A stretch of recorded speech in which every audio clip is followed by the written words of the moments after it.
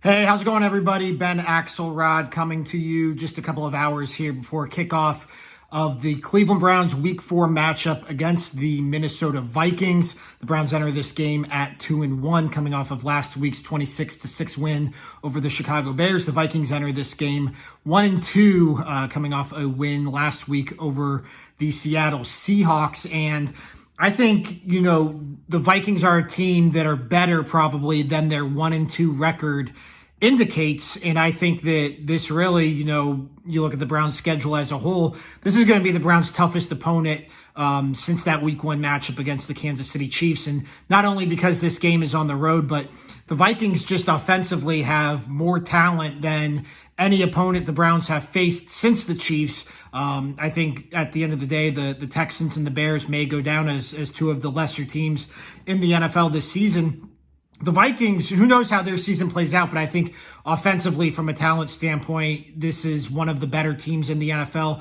You have stability at quarterback with Kirk Cousins. You have arguably the best wide receiver duo in the league in Adam Thielen and Justin Jefferson, and one of the best running backs in the NFL in Dalvin Cook, and a pretty good backup too in Alex Madison, who had 100 yards last week with Cook out of the lineup. Cook is going to be back in the lineup this week, so the Vikings will be pretty full go here against the Browns. And then to compound that, the Browns secondary is going to be without Greg Newsome II, who has had a pretty good rookie season to this point. So the Browns are going to be relying on, at least initially, Greedy Williams to start opposite Denzel Ward and cover Adam Thielen and Justin Jefferson. So I think defensively the Browns have their work cut out for themselves. I think Kirk Cousins gets the ball out of his hands quickly. So I don't know if we'll see that 9-sack performance from the Browns this week like the one we saw last week against Chicago.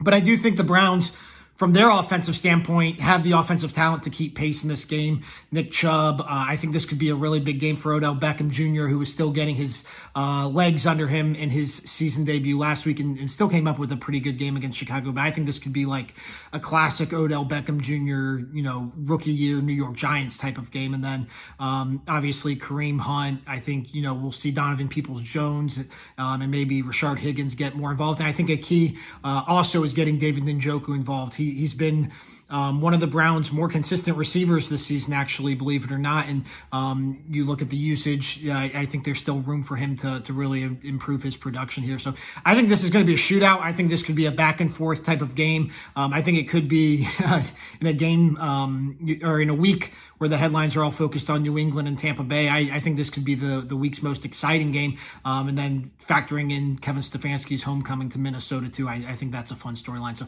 I think the Browns win this one. I think they win it close. I do not think, the Browns had two pretty comfortable wins the last 2 weeks. I do not think this will be a comfortable win. I think this is going to be a back and forth type of game, and it might come down to who has the ball last. So that's going to do it for me today. Stick with us on WKYC.com throughout the game, and check back with us after the game for a little bit of a recap with Nick Camino. So that's going to do it for me. Thanks for watching.